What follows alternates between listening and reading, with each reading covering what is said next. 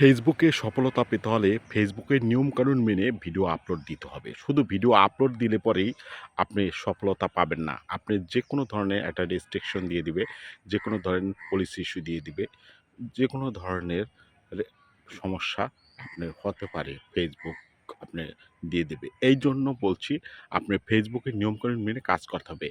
আপনারা তো জানেন, আপনারা কোনো কোম্পানিতে বা যদি সরকারি চাকরিও করেন, সেই চাকরির যে নিয়মকানুন আছে সেগুলো যদি আপনি ফলো না করেন, সেগুলো যদি আপনি না মানেন, তাহলে আপনার চাকরির সমস্যা হবে, আপনার চাকরি চলে যেতে পারে।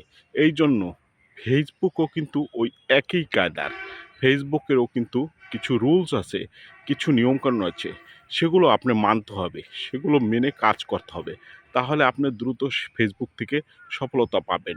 কারণ আপনার এটাও ধরে নিতে হবে যে আপনি চাকরি করতেছেন।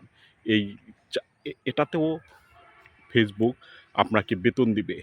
আপনি বিভিন্ন আপনার কীভাবে ফেসবুক থেকে দ্রুত সফলতা পাবেন? আপনি বিভিন্ন ক্যাটাগরির ভিডিও, বিভিন্ন ক্যাটাগরির ভিডিও ছাড়বেন। এই বিভিন্ন ক্যাটাগরির ভিডিও ছাড়তে যখন দেখবেন যে ক্যাটাগরির ভিডিওটা আপনার ভাইরাল হয়ে গেছে, তখন সেই ক্যাটাগরির ভিডিওই সবসময় আপলোড দিবেন। তাহলে ওইরকম দেখবেন যে অ্যাভেলেবেল ভিডিও আপনার ভাইরাল হবে। কারণ আপনার ওই ক্যাটাগরির ভিডিওটাই কিন্তু ফেসবুক পছন্দ করেছে, ফেসবুক চয়েস করেছে। কারণ ওই ক্যাটাগরির ভিডিও, যে ক্যাটাগরির ভিডিও ভাইরাল হচ্ছে, ওই ক্যাটাগরির ভিডিও ছাড়লে হয় প্রত্যেকটা ভিডিও আপনার ভাইরাল হবে। আর যদি বিভিন্ন ক্যাটাগরি তারপর যখন ওই ক্যাটাগরির ভিডিও ভাইরাল হওয়ার পরে ওই ক্যাটাগরির ভিডিও ছাড়লে আপনার ভাইরাল হবে। আর ওই ক্যাটাগরির ভিডিও না ছেড়ে যদি বিভিন্ন ক্যাটাগরির ভিডিও ছাড়েন, তখন কিন্তু আপনার রিচ এনগেজমেন্ট ডাউন হয়ে যাবে। আপনার ভিডিওতে কিন্তু ভিউজ হবে না, লাইক হবে না, কমেন্ট হবে না। আর তখন কিন্তু আপনার পেজটা আস্তে আস্তে নষ্ট হয়ে যাবে। এই জন্য বলছি, যে ক্যাটাগরির ভিডিও আপনি ছাড়বেন, ডুয়েট হোক, একক হোক, যে ক্যাটাগরির ভিডিও আপনি ছাড়বেন, ওই ক্যাটাগরির ভিডিও যখন ভাইরাল হবে তখন ওই ক্যাটাগরিটা সেট করে সবসময় ওই ক্যাটাগরির ভিডিওই আপনি আপলোড দিয়ে থাকবেন। তাহলে দেখবেন আপনার পেজটা দ্রুত বড় হবে এবং আপনি সফলতা পাবেন।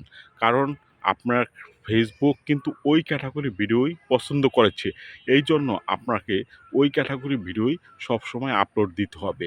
কারণ আপনার ওই ক্যাটাগরির ভিডিও যদি আপলোড যদি না দেন, যদি আপনি বিভিন্ন ক্যাটাগরির ভিডিও আপলোড দেন, তাহলে দেখবেন যে আপনার ফেসবুক যে রিচ থাকে, যে এনগেজমেন্ট থাকে, সেগুলো ডাউন হয়ে যাবে এবং কি আপনার পেজটা আস্তে আস্তে আপনার সব কিছু কমে যাবে, ফলোয়ার-টলোয়ার সব কমে যাবে। এইজন্য বলছি, যে ক্যাটাগরির ভিডিও আপনার ভাইরাল হয়েছে, সেই ক্যাটাগরির ভিডিওই আপনি সবসময় আপলোড দিবেন।